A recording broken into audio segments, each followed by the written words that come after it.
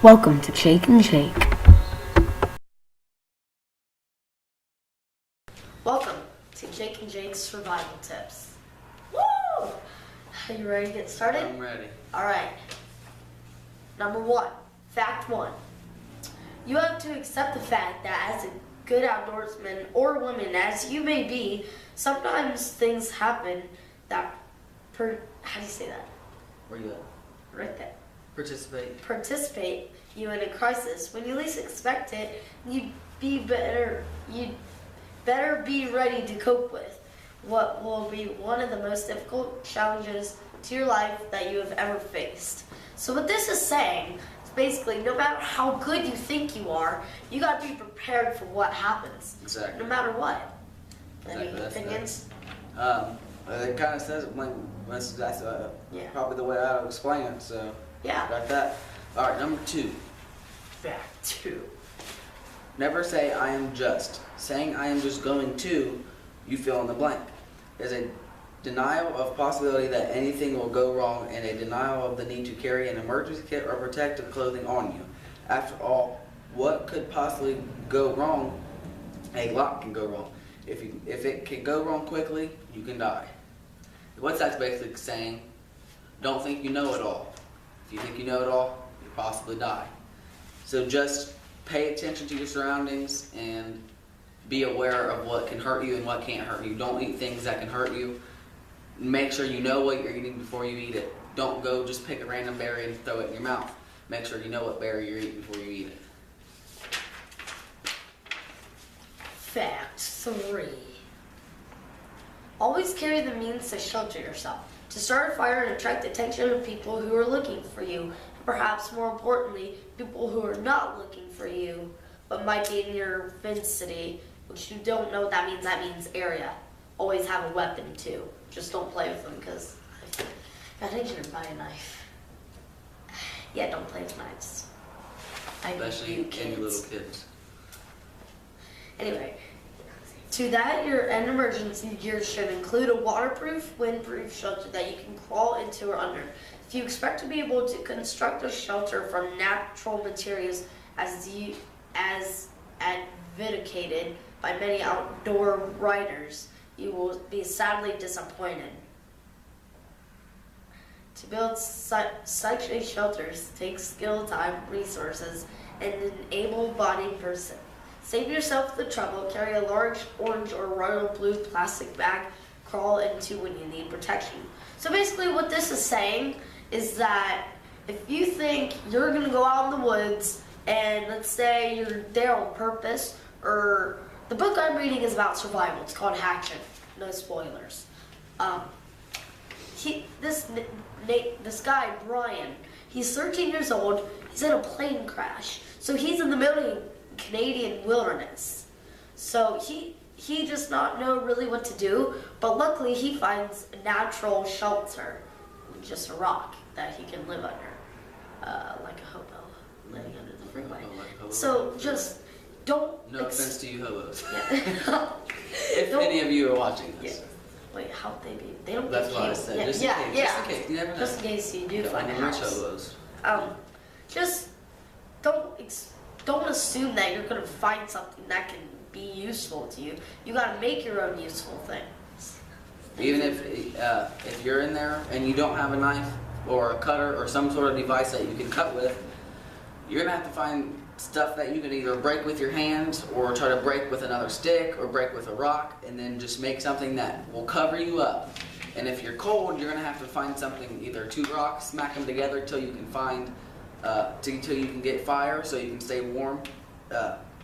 Always when you're trying to start a fire, use something very dry and balled up and scratch the 2 rocks together.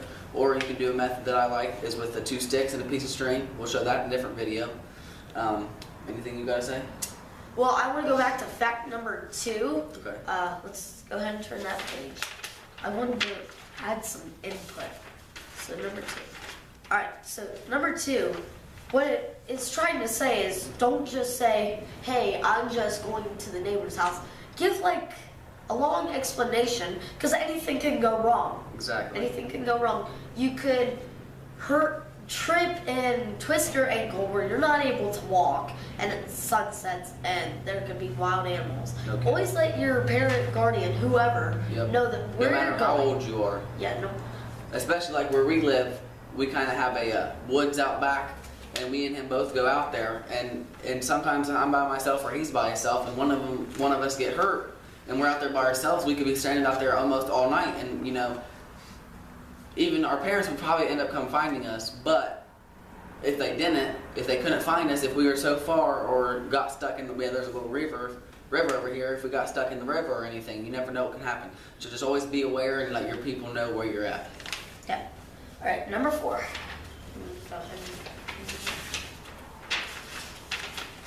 Number 4, prepare for the 5 scenarios that commonly result in a person having to spend a night out.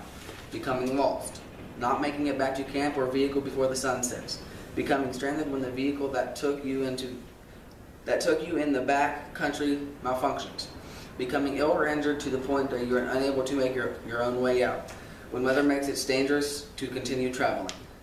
Is what that's saying, well, it's what it's pretty much saying is if you can't make it to the car before the sun sets, figure out what to do. You have to know what to do. If you're out fishing 2 miles away from your car and it gets dark and you lost your way back, what are you going to do? Are you going to try to find your way back and get lost even more, or are you going to try going and waiting till the daylight comes? Do you have the material that you can stay till the daylight comes, or what are you going to do?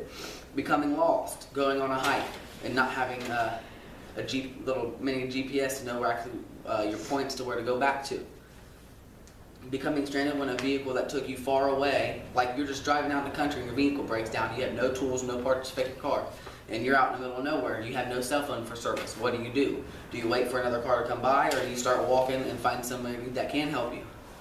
Becoming ill or injured, becoming sick, or if you break your ankle, what are you going to do if you can become so sick where you can't walk, you can't move, and you can barely talk? Do you wait for somebody, or do you try to come for help? What do? Do you make signal fires? Do you make something that can be real bright over the top of you? What do? Like same thing with your injured. Can you walk? Can you talk? It just depends. When weather, if it starts raining real bad, or there's a hurricane, or there's a tornado, or it's snowing real bad, or it's very cold, what do? If it's very cold, you got to try to find some way to make a fire. If there's 2 of you, I'd just say, if you can't make a fire, get as close as you can together and pile leaves up and get under the leaves. That's all I got. What do you got? Anything exactly that? Just be wise. Be wise, yeah. Don't know your surroundings. Yeah, know your surroundings. If you're always come prepared for no matter what happens. If it's the middle of winter or going into spring as we are right now, you're not going to go out in shorts and a t-shirt. God, I would hope not. Right. Just be wise. Mm-hmm. That's all we're trying to say here. Be wise. Know your surroundings. Just be just smart. Like today, I have my winter coat on. I have it sitting over there. I just brought it just in case it gets too cold, just to be safe. Where are we at? Number 5? Yes, number 5. On number 5. Number 5. Number 5. Not 1, 2, 3, 4, 21, 5. Number 5.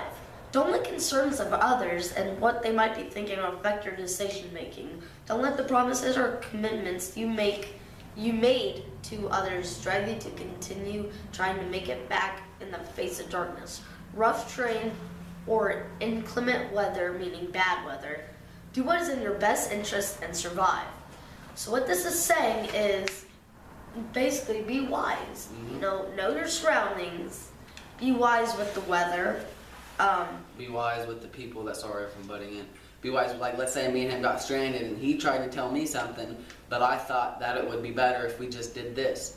Know what your gut says and what you think is right in your head to do. Let them go off, and you don't want to let them go off by themselves. You need to force them to stay with you, or if you try to go, think twice and kind of have the person that's telling you to do this explain to you why you should do that. Just make sure you know concepts of what the person's talking about.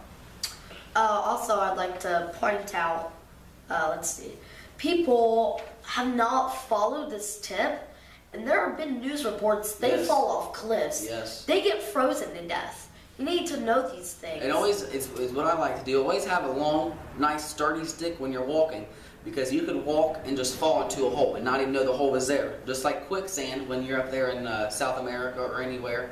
I think we have a little bit of quicksand around here, not much, but we do.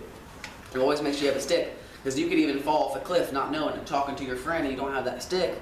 And if you have the stick, you can feel the stick go down, and then you can look up and say, oh, there's a cliff right there. I can die.